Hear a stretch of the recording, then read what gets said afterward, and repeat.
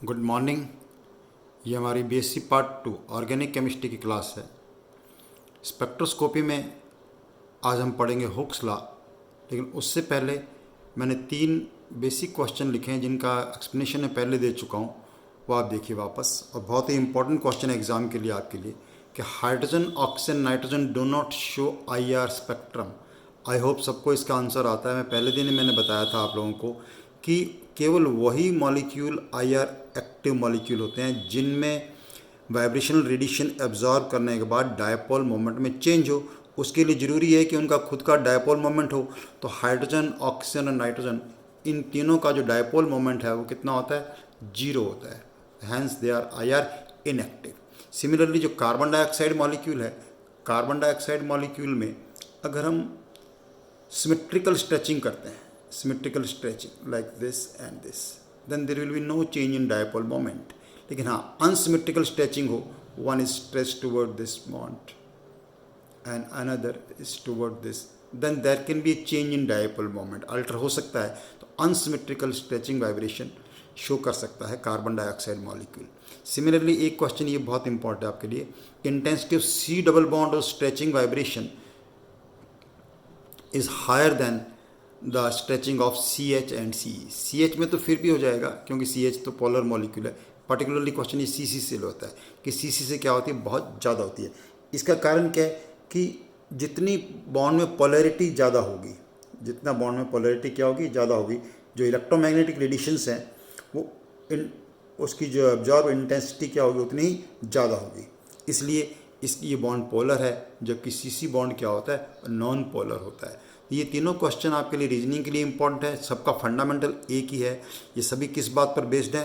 ये सारे के सारे क्वेश्चन इस बात पर बेस्ड हैं कि वाइब्रेशनल रेडिएशंस तभी मॉलिक्यूल एब्जॉर्ब करेगा जब उसके अंदर उसके डायपोल मोमेंट में क्या हो?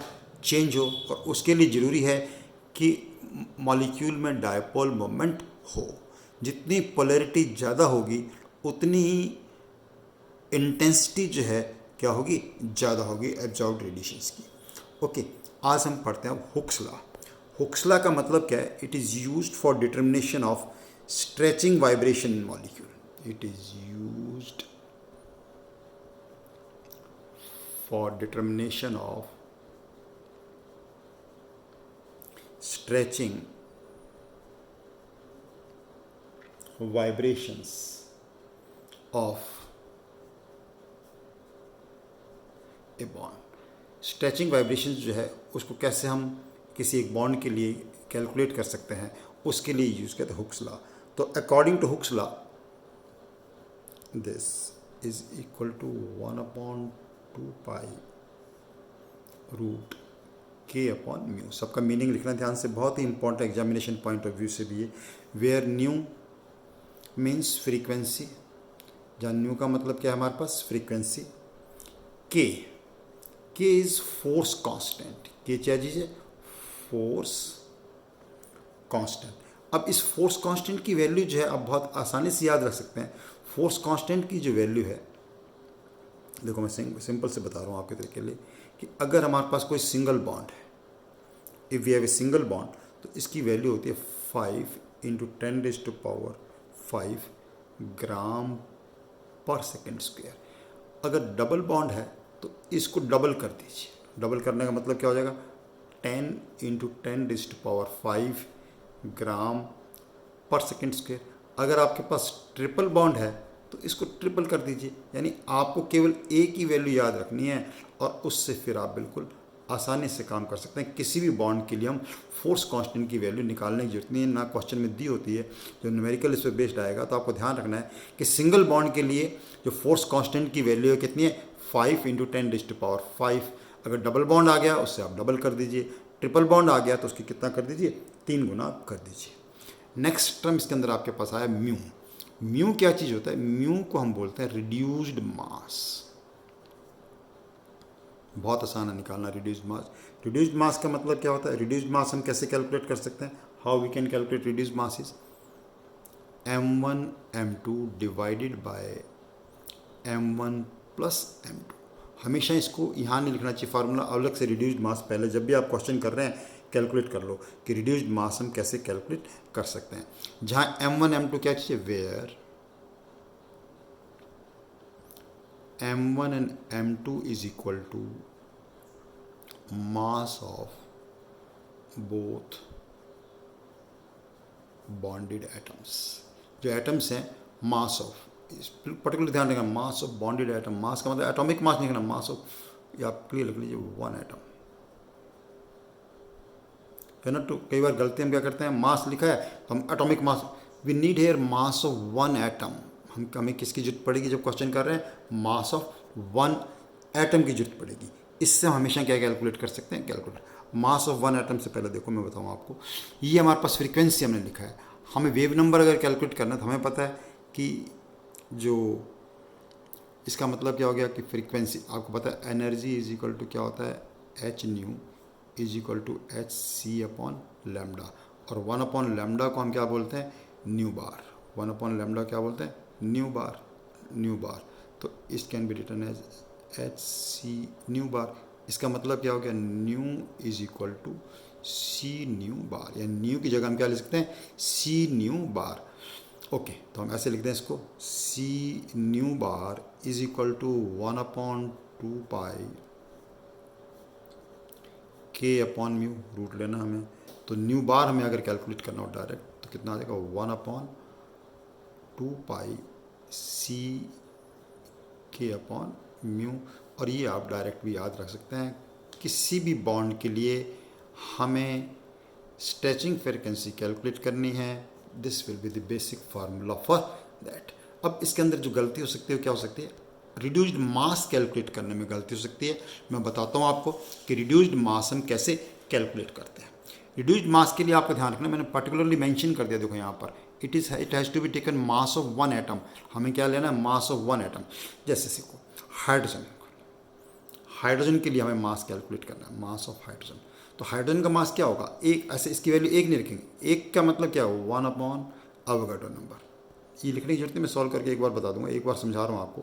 6.010 ग्राम, ये आ जाएगा हाइड्रोजन का मास, एक एटम का मास। तो हाइड्रोजन का एक एटम का मास कितना आ गया, देखो जब इसको सॉल्व करेंगे हम तो विल गेट 1.6 × 10⁻⁻24 ग्राम। अब इसी प्रकार मान लो कार्बन का निकालना है, एक बार आपने हाइड्रोजन का कैलकुलेट कर लिया, इसको आप, ये जो चीज़ होगी इसको किससे मल्टीप्लाई कर दिया करो, इसके एटॉमिक नंबर से। जब कार्बन का 12 है, 12 से मल्टीप्लाई कर दो, राउंड फिगर में कितना आ जाएगा, 10 × 20 × 10⁻⁻24 ग्राम। नाइट्रोजन का मतलब इसको 14 से मल्टीप्लाई कर दीजिए आप, तो विल गेट 23.2 × 10⁻⁻24 ग्राम। ऑक्सीजन बस यही जरूरत पड़ती है, ऑक्सीजन का मतलब इसको 16 से मल्टीप्लाई कर दीजिए, 16 से, तो इट विल गेट 26.6 × 10⁻⁻24 ग्राम। ये सब हमें मास इसके अंदर रखने हैं, तो आप क्या कैलकुलेट कर सकते हैं, रिड्यूस्ड मास इजीली कैलकुलेट कर सकते हैं। I hope very much clear to you. बस इस मास को आप ध्यान रखें, mass we need mass of one atom. Mass of one atom का एक सिंपल सा कंसेप्ट है, इस क्लास में आपको आता ही होगा, इस बात को मैंने कैलकुलेट कर दिया है। अब हम एक एग्जाम्पल लेते हैं इसमें। फॉर एग्जाम्पल देखो, बहुत ही सिंपल एग्जाम्पल, और एग्जाम के लिए भी बड़ा इंपॉर्टेंट, मार्क कर सकते हैं इस एग्जाम्पल का। एग्जाम्पल क्या बता रहा हूँ आपको कि calculate stretching vibrational frequency of CH bond. अब CH बॉन्ड के लिए आपको वाइब्रेशनल फ्रीक्वेंसी कैलकुलेट करनी है, तो आप क्या फार्मूला लगाओगे, nu bar is equal to 1/2πc k mu. Done. अब आप क्या कैलकुलेट करोगे, देखो के, अब पाई की वैल्यू आपको पता है। अब सब वैल्यू हमेशा न्यूमेरिकल करने का तरीका क्या होता है, सब वैल्यू लिख लो आप। देखो कि pi is equal to 3.14, c will be 3 × 10⁻10 centimetre per second velocity of light, सबको ध्यान है।